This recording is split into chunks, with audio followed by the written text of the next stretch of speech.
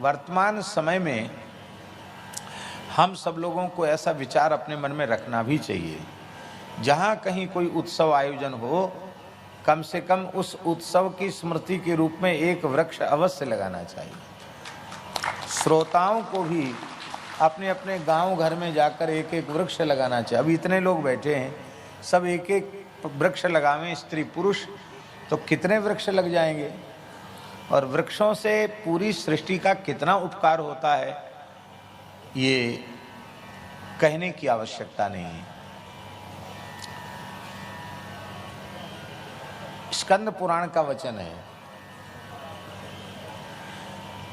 10 पुत्र समा कन्या, 10 बेटों के बराबर एक बेटी होती है, 10 पुत्रों के समान एक कन्या होती है। जो लोग कहते हैं कि हमारे यहाँ स्त्रियों का आदर नहीं है, उनको वस्तुतः धर्मशास्त्र का बोध ही नहीं, उन्होंने कुछ देखा सुना ही नहीं। भारतीय सनातन संस्कृति में जैसा नारी जगत का आदर है, पूरे संसार में ऐसा कोई मत पंथ नहीं है जो इतना आदर नारियों को देता हो। यह केवल हिंदू सनातन संस्कृति है जिसमें नारी मात्र का इतना आदर है।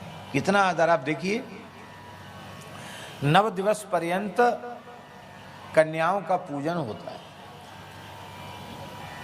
किस रूप में होता है? साक्षात भगवती के रूप में उनका पूजन होता है। और पुराणों में लिखा है, मोक्ष के लाभ की प्राप्ति के लिए, तत्व ज्ञान की प्राप्ति के लाभ के लिए, मोक्ष की प्राप्ति के लिए, दिव्य ज्ञान की प्राप्ति के लिए, अपने परम कल्याण के लिए 5 वर्ष से लेकर 8 वर्ष 9 वर्ष तक की आयु की ब्राह्मण कन्याओं का पूजन करके और उनको भोजन कराना चाहिए। उससे मोक्ष की प्राप्ति हो जाएगी, ब्रह्म ज्ञान की प्राप्ति हो जाएगी। शत्रु नाश की कामना से, प्रकट शत्रु तो होते ही हैं, वस्तुतः हमारे भीतरी शत्रु बाहरी शत्रुओं से ज्यादा खतरनाक हैं। भीतरी शत्रु जो कामक क्रोधादिक विकार हैं, षड विकार, यही हमारे भीतरी शत्रु हैं। बाहरी शत्रु उतने महत्व के नहीं हैं, भीतरी शत्रु ज्यादा महत्व के हैं। तो बाहरी भीतरी दोनों प्रकार के शत्रुओं का समन करना हो तो क्षत्रिय वर्ण की 9 कन्याओं का पूजन करके उनको भोजन कराना चाहिए, उनका कन्या पूजन करना चाहिए। व्यापार में घाटा होता चला जा रहा है, कोई काम सफल नहीं हो रहा है, कोई धंधा सफल नहीं हो रहा है, कर्ज बढ़ता चला जा रहा है, तो वैश्य वर्ण की 5 वर्ष से लेके 8-9 वर्ष तक की आयु की 9 कन्याओं का पूजन करके उन्हें भोजन कराया जाए, उनका पाद प्रक्षालन किया जाए, उनका आदर सत्कार किया जाए, तो धनाभाव की पूर्ति हो जाती, लक्ष्मी की कृपा प्राप्त हो जाती है। दीर्घायुष्य की कामना से और ग्रहों के अरिष्ट के निरसन की कामना से, ग्रहारिष्ट की निवृत्ति के लिए शूद्र वर्ण की कन्याओं का भोजन कराने का विधान है। उन 9 कन्याओं का पूजन करके उनका आदर किया जाए, उनको भोजन कराया जाए। शरीर में कोई असाध्य रोग हो गया है, बहुत भारी संकट आ गया है, उसकी तत्काल निवृत्ति के लिए शूद्रों में भी अंत्यज कुल की कन्याओं का पूजन करके यदि उनको उपवाया जाए, तृप्त होकर दक्षिणा आदि देकर संतुष्ट किया जाए, तो असाध्य समस्या का समाधान होता है। अब बताइए, कोई भेद रखा गया कि ब्राह्मण की कन्या है, ये अमुक की कन्या है?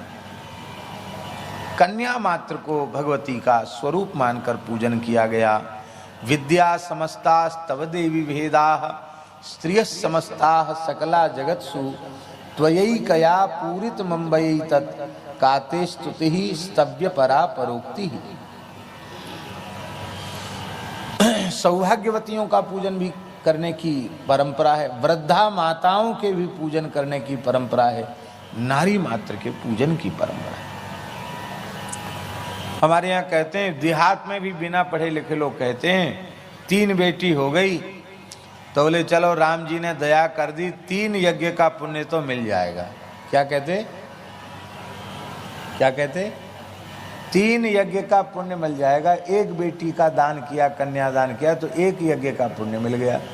3 बेटी हुई तो भैया सामर्थ्य भले ही नहीं हो, पर बेटी करा लेंगी यज्ञ, कन्यादान यज्ञ के समान है। तो 3 बेटी हो गई तो 3 यज्ञ का पुण्य तो मिल जाएगा। ऐसी प्रसन्नता लोग करते। 1 भी बेटी नहीं हुई तो ग्लानि करते कि हाय हाय, इस कन्यादान जैसे पवित्र यज्ञ का अवसर भगवान ने हमको नहीं दिया। तब अपने परिवार में से किसी बेटी को गोद लेकर पढ़ाते लिखाते और उसका विवाह करके पूरा खर्च करके कन्यादान करते। ये परंपरा हमारे यहाँ रही है। आप भाग्यशाली हैं। गंगा जमुना सरस्वती ललिता विशाखा राधा रानी जो मानो सो सब 3 देवी आपके यहाँ हैं, और अब लाला भी होगा। तो भगवान की बड़ी दया है। 10 कन्याओं का दान करने से 10 यज्ञ का पुण्य प्राप्त होता है।